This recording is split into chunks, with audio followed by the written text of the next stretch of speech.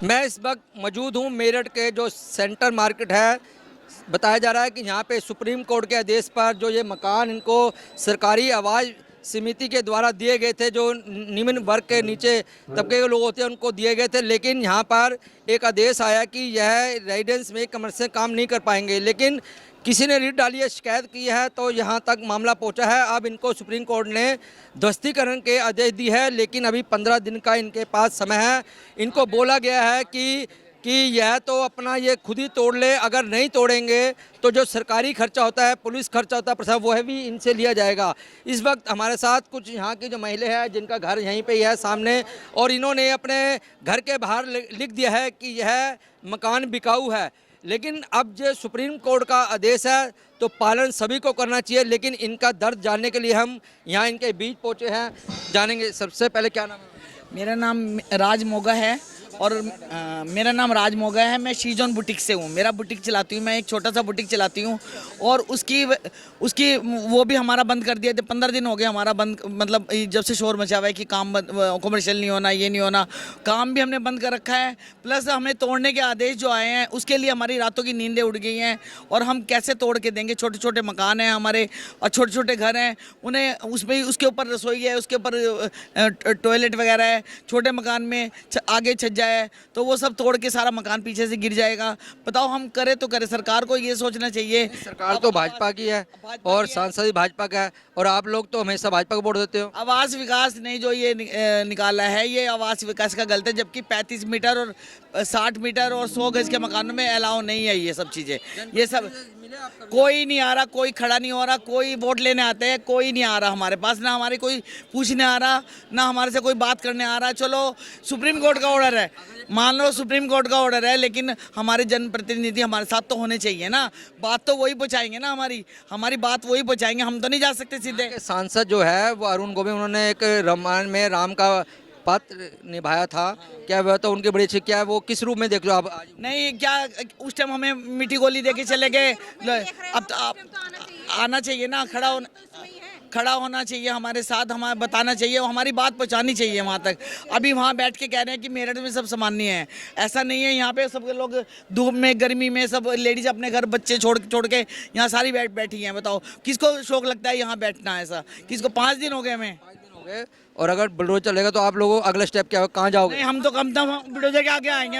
हम तो लेटेंगे बुलडोजर के आगे। हम तो बुलडोजर हमारे ऊपर से चलेगा सर। आप एक बार उनसे कहिए तो सही, एक बार अपनी टीम भेजे तो सही कि 38 मीटर के मकान में, एक कमरे के मकान में कैसे सब लोग रह रहे हैं। फिर भी किसी से कोई शिकायत होना है। हम तो बस यही कह रहे हैं, गुहार लगा रहे हैं कि हमारा घर व्यापार हमें दे दिया जाए, कि नाम से हमारा घर छीना जाए, ना व्यापार छीना जाए। आपको क्या लग रहा है? देखिए जी, हम तो अपनी पूरी कोशिश में लगे हुए हैं और लगे रहेंगे जब तक हमें हमारा फैसला नहीं मिलेगा। हम यहाँ से धरना। अधिकारी आए थे, सीओ साहब, उन्होंने क्या कहा? कुछ नहीं कहा, बस उन्होंने अपनी बात रखी। वो भी अपनी जगह सही थे, वो अपनी ड्यूटी कर रहे हैं। वो तो कह रहे धरना खत्म करो। नहीं, वो कह रहे हैं, लेकिन हम खत्म नहीं करेंगे जब तक हमें हमारे लिखित रूप में हमारे पास सब कुछ नहीं आ जाएगा। हम लोग ये धरने से नहीं उठेंगे, क्योंकि हम लोग बड़े बड़े वकील नहीं कर सकते। हम सब लोग बहुत छोटे व्यापारी हैं, छोटे छोटे हमारे घर हैं, कि हम कोई बहुत बड़ा वकील हायर करके जाएं, क्योंकि सुप्रीम कोर्ट में छोटा मोटा वकील तो जा नहीं सकता, वहाँ चाहिए बड़ा वकील। बड़े वकील के लिए अगर हम लोगों के पास होता तो हम यूँ सड़कों पर थोड़ा बैठे होते, हम कहीं भी जाके अपना व्यापार कर लेते। बस ये कहना चाह रहे हैं, सरकार से यही उम्मीद है हमें, और आगे करते रहेंगे कि हमारा। सरकार ने तो स्कूल भी बंद करा दिए, हॉस्पिटल पे सील लगा दी, जो रोजगार है उस पर ही बंद कर दिए। क्या वकील किया?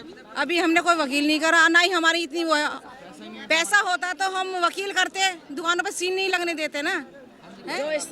हाँ, मेरा नाम कौशल त्यागी है और 920 सेक्टर 2 इसी लाइन में है। 2 साइड ओपन है मेरा मकान, और हमने जिस तरह से वो मकान बनाया है भैया, मतलब ये समझ लो कि भट्टे पे से ईंट और उसमें ट्रैक्टर में लाके, यहाँ शर्म के मारे पीछे ही रुक जाती थी, पैदल चलती थी।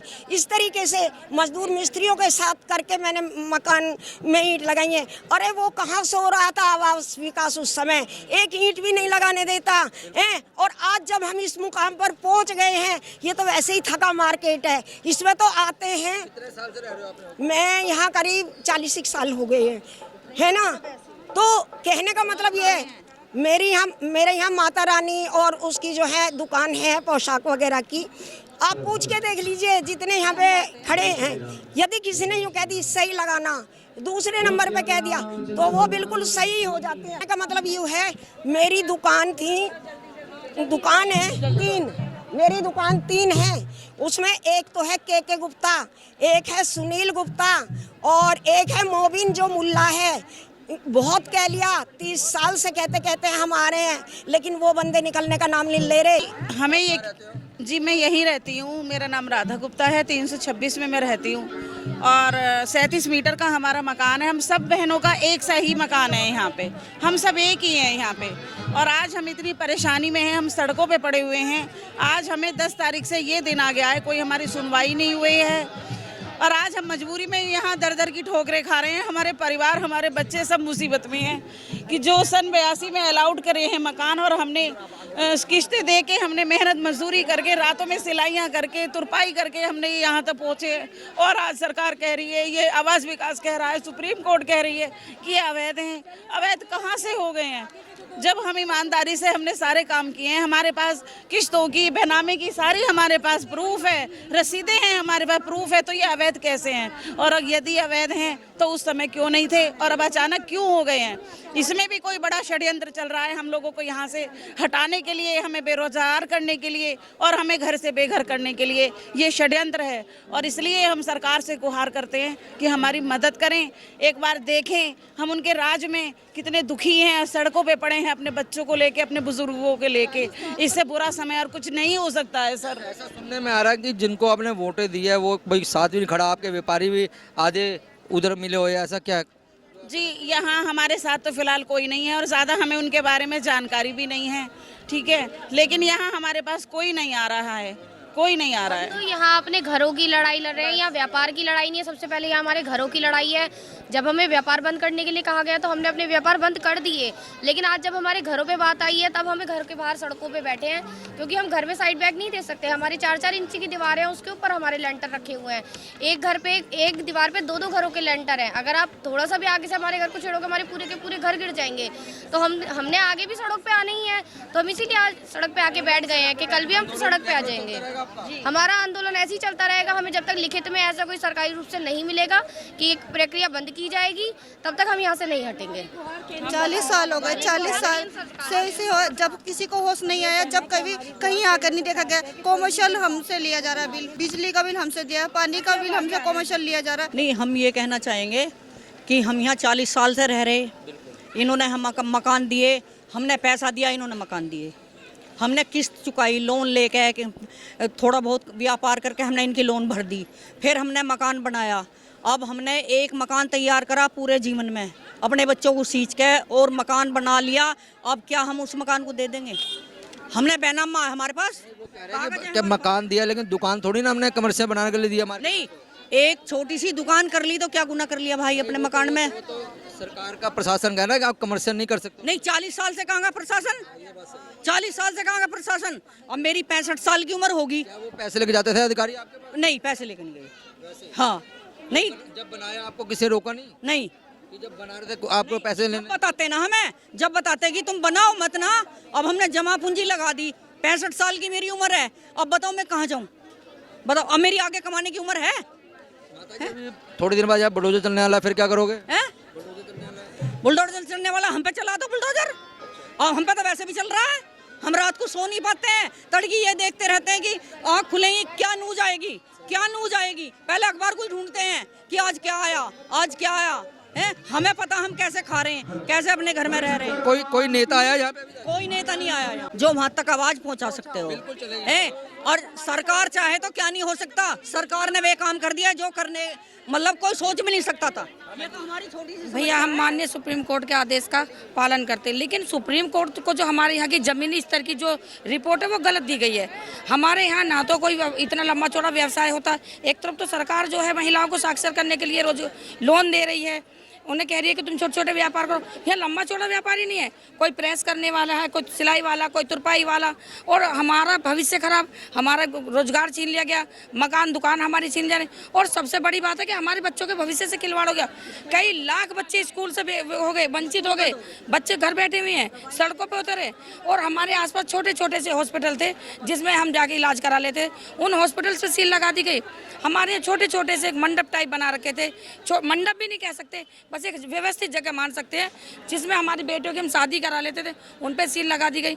सरकार को कोई हमें ऐसा राह दिखाए कि हमारे छोटे छोटे व्यापार चालू रहे। जनप्रतिनिधि का काम भी है ना, बीच में आके समझौता कराए, उनको समझाए। बिल्कुल, हम जनप्रतिनिधि से भी यही आग्रह करते हैं कि हमारे बीच आके हमारा समाधान करें, हमारे बच्चों के भविष्य के साथ खिलवाड़। समाधान नहीं होता तो आगे क्या करने जा रहे हो आप? अगर हमारी समस्या का समाधान होगा तो हम सरकार के साथ हैं, नहीं तो बुलडोजर के आगे हम लेटने को तैयार हैं। मेरा नाम प्रियंका गुप्ता, भारतीय वैश्य परिवार महासंघ की मैं प्रदेश उपाध्यक्ष हूँ।